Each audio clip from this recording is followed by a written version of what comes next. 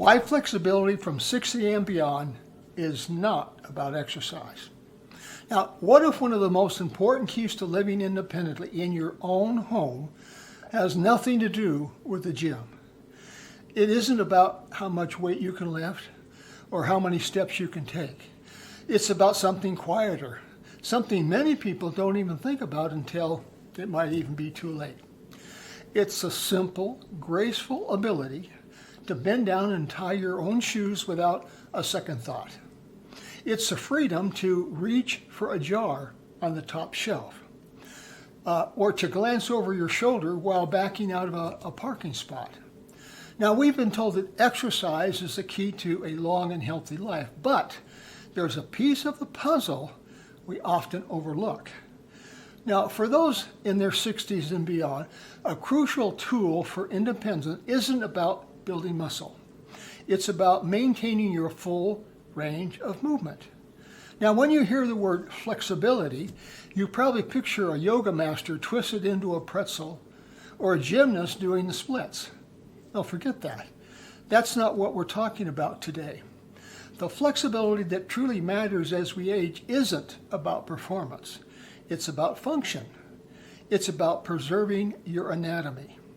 It's the silent, unsung hero of healthy aging, allowing you to navigate your own home, your own life, with confidence and without assistance. Now, today we're going to redefine flexibility. We're going to bust the myth that it's just for athletes and reveal it for what it truly is, a functional capacity for independent living. This isn't about achieving a certain pose or touching your toes. This is about maintaining the dignity and freedom that comes with being able to perform the small, everyday tasks together make up a life lived on your own terms.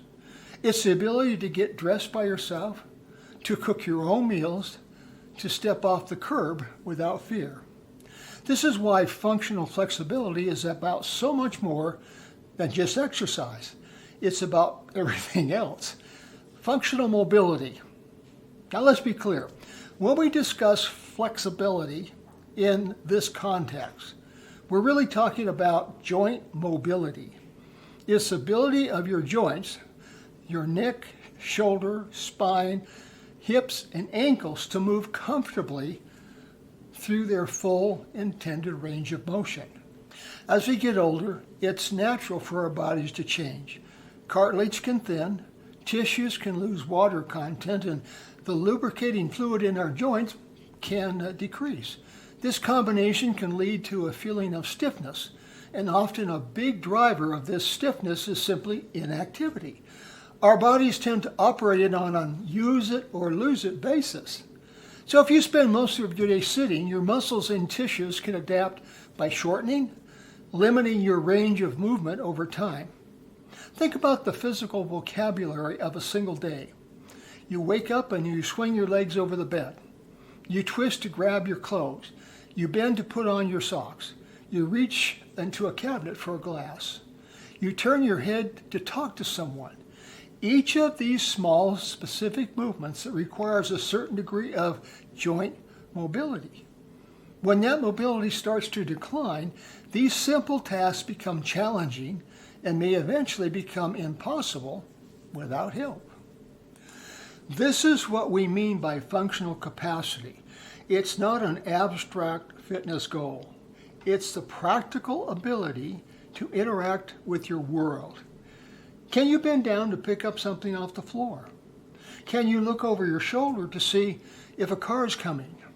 These aren't just exercises. They're building blocks of an independent life. Losing this ability isn't an inconvenience.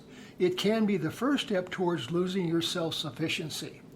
When you can no longer confidently manage your physical demands of your own home, your world begins to shrink. And that's why preserving the range of motion in your joints is a crucial part of aging with grace. Now, one of the greatest threats to an older adult's independence is the risk of falling. A fall can be a life-altering event, often leading to serious injuries, hospitalization, and permanent loss of confidence. We often associate fall prevention with balance and strength, and those are critically important. But flexibility is a crucial partner that is often overlooked. Stiffness can work against your stability. When your joints are tight, your body's ability to react to sudden changes can be compromised. You've seen a ton of these clips on America's Funniest Home Videos. Now think about it. If you stumble on an uneven sidewalk, a body with good mobile ability can instantly adjust. Your ankles can flex, your hips can shift, and your spine can twist to redistribute your weight and help you recover your balance. A flexible body can absorb the shock and adapt.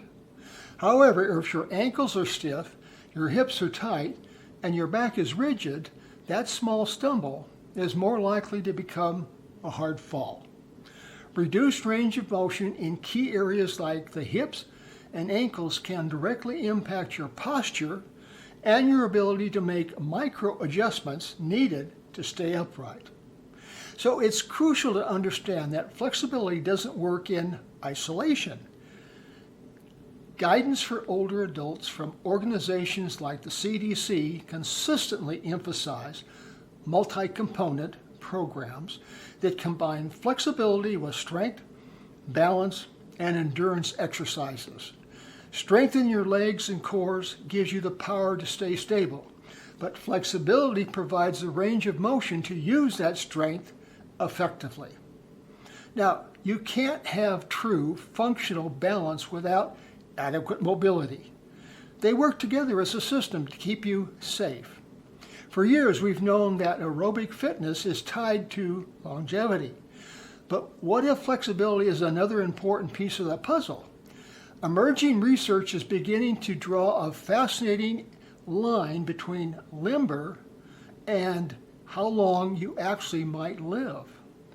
A significant 2024 study in the Scandinavian Journal of Medicine and Science and Sports looked at over 3,000 middle-aged men and women.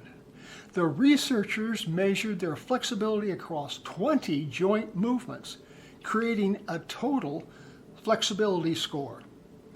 They then followed these participants for 13 years. The results was striking. The study found a strong association. Individuals who had higher flexibility scores in midlife had a significantly lower risk of premature death from all natural causes. The link was particularly strong in women. The study of those with the lowest flexibility scores were nearly 5 times more likely to die during the study period compared to the women with the highest scores. For men, those with the lower scores were almost twice as likely to die compared to those with more flexible counterparts. Now, it is crucial to interpret this correctly. This study shows a strong association, not a direct cause and effect relationship. Simply become more flexible won't automatically grant you more years. Rather, experts believe that good flexibility is likely a powerful marker of your overall health. Now, it may reflect a more active lifestyle, better musculoskeletal health, and maybe a more resilient body overall. So while stretching alone might not be a magic pill for longevity, the evidence strongly suggests that a flexible body is very often a healthier body. Now, this research reaffirms flexibility not just as a tool for daily function, but as a potential indicator of our long-term well-being. This is why I have been doing a 20-minute stretch every morning since my 70th birthday before I work out. Now, before we move on to how we can apply this to your own life, I want to hear from you. Has this changed the way you think about flexibility? What is one daily movement you've noticed that's become a little bit more difficult over the years? Let me know in the comments below.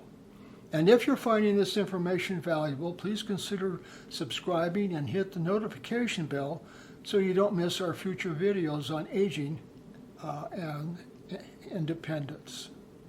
Also, I have included 2 videos in the description about stretching, so you want to check those out. Okay, now the best part about this is that it's never too late to improve. Research shows that the human body remains incredibly adaptable, even into your 80s and 90s. You can regain flexibility. The key is not intensity, but consistency. Now, here are a few foundational principles and some simple, safe movements you can start doing today. First, let me give you some ground rules. Number 1, always be gentle. Stretching should create a mild pull, but never a sharp pain. Bouncing while stretching is an old school practice that can cause injury, so keep your movements slow and controlled. Number 2, warm up first. Never stretch cold muscles. Just 5 minutes of light movement, like walking in place or maybe doing gentle arm circles, will get your blood flowing and prepare your tissues for stretching. Number 3, consistency is king. Now you're going to see far more benefit from doing 10 minutes of stretching every day than from 1 hour session maybe once a week. So just make sure you do it daily. Now a quick but important note. The following are general suggestions, but if you have conditions like arthritis, osteoporosis, a recent joint replacement, or chronic pain, it's always best to talk to your doctor or physical therapist to find out what's safe and effective for you. Now let's focus on some key areas that impact daily independence. Number 1 is called the gentle neck turn. Now this is crucial for simple acts like checking your blind spot. So sit or stand tall with your shoulders relaxed. Slowly turn your head to the right, as if you're looking over your shoulder until it feels, just you get a gentle stretch there. Hold that for 15 to 20 seconds. Breathe deeply. Return to the center and repeat the same thing on the left-hand side. Never force it. Number 2, the overhead shoulder reach. For reaching things in high cupboards, you can do the seated or standing.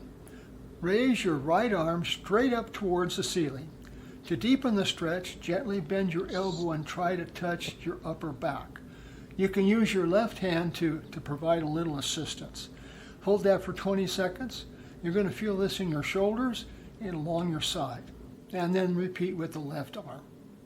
Number 3, the seated figure 4 stretch. Now this is fantastic for hip mobility, which is essential for walking, standing up, and getting out of your car. Sit on a sturdy chair with your feet flat on the floor. Cross your right ankle over your left knee. Keep your back straight, and you can gently press your right knee to feel a stretch in your hip. To deepen it, slowly lean forward from your hips.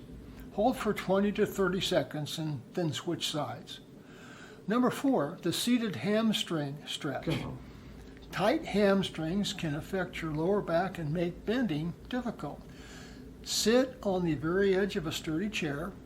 Extend one leg straight out in front of you with your heel on the floor and your toes pointing up. Keep your back straight and slowly lean forward from your hips until you feel a stretch along the back of your extended leg. Now there's no need to touch your toes. Just lean until you feel that stretch. Hold that for 20 to 30 seconds and then switch legs. Now these 4 stretches done consistently can make the world of difference in how you move throughout your day.